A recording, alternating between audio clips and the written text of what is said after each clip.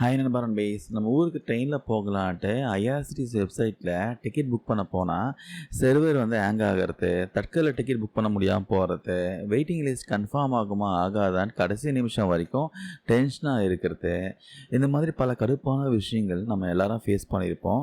ஆனால் இனிமேல் அந்த கவலையே வேணாம். ஏன்னா பழைய ஐஆர்சிடிசி வெப்சைட்டுக்கு குட் பை சொல்ல போகிறாங்க.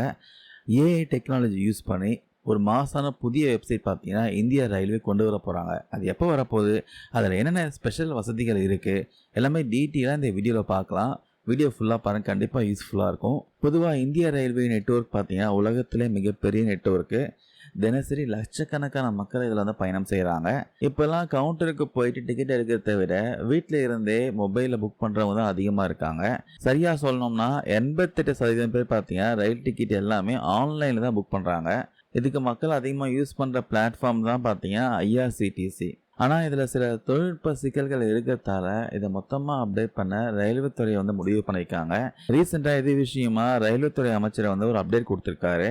வர ஜூலை 15ஆம் தேதியிலிருந்து முற்றிலுமாக புதிய நவீன தொழில்நுட்பங்கள் கொண்ட புதிய ஐஆர்சிடிசி வெப்சைட் பார்த்தீங்கன்னா பயன்பாட்டுக்கு வரப்போகுதுன்னு சொல்லியிருக்காரு.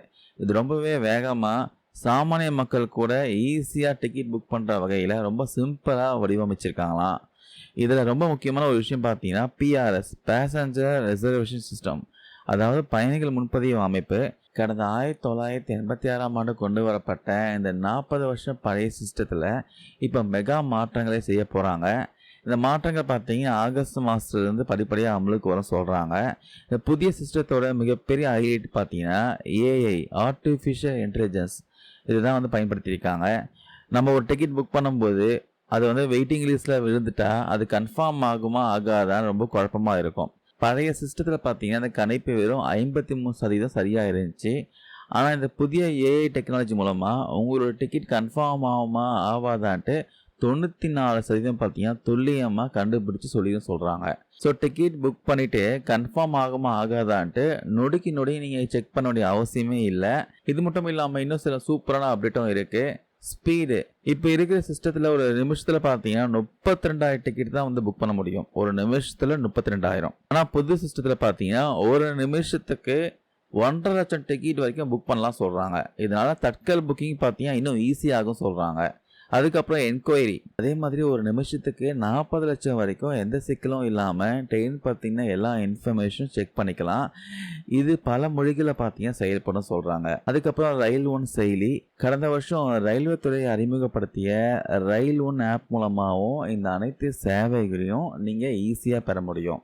அதுக்கப்புறம் புதிய அம்சங்கள் பார்த்தீங்கன்னா நீங்கள் டிக்கெட் புக் பண்ணும்போது என்ன தேதியில் எவ்வளோ கட்டணம்ட்டு கேலண்டர் மாதிரி காட்டிடும். அது மட்டும் இல்லாமல் மாணவர்கள், முதியவர்கள் மற்றும் நோயாளிகளுக்குன்ட்டு பிரத்யேகமான சீட் ப்ரெஃபரன்ஸ் நம்ம ஈஸியாக பார்த்தீங்கன்னா செலக்ட் பண்ணிக்கலாம். சுருக்கமாக சொல்லணும்னா ஆன்லைன் டிக்கெட் முன்பதிவு இனிமேல் ரொம்பவே சிம்பிளாக ஈஸியாக இருக்க போகுது. ஸோ மக்களே, ஜூலை 15ஆம் தேதி வர இந்த புதிய ஐஆர்சிடிசி வெப்சைட் பற்றியும் இந்த ஏஐ அப்டேட்ஸ் பற்றியும் நீங்கள் என்ன நினைக்கிறீங்க? இதனால் தட்கல டிக்கெட் புக் பண்ணுற கஷ்டம் தீரும் நம்புறீங்களா? உங்களுடைய கருத்துக்களை மறக்காமல் கீழே கமெண்ட்ஸில் பதிவு பண்ணுங்கள். தேங்க்யூ நண்பா நண்பீஸ்.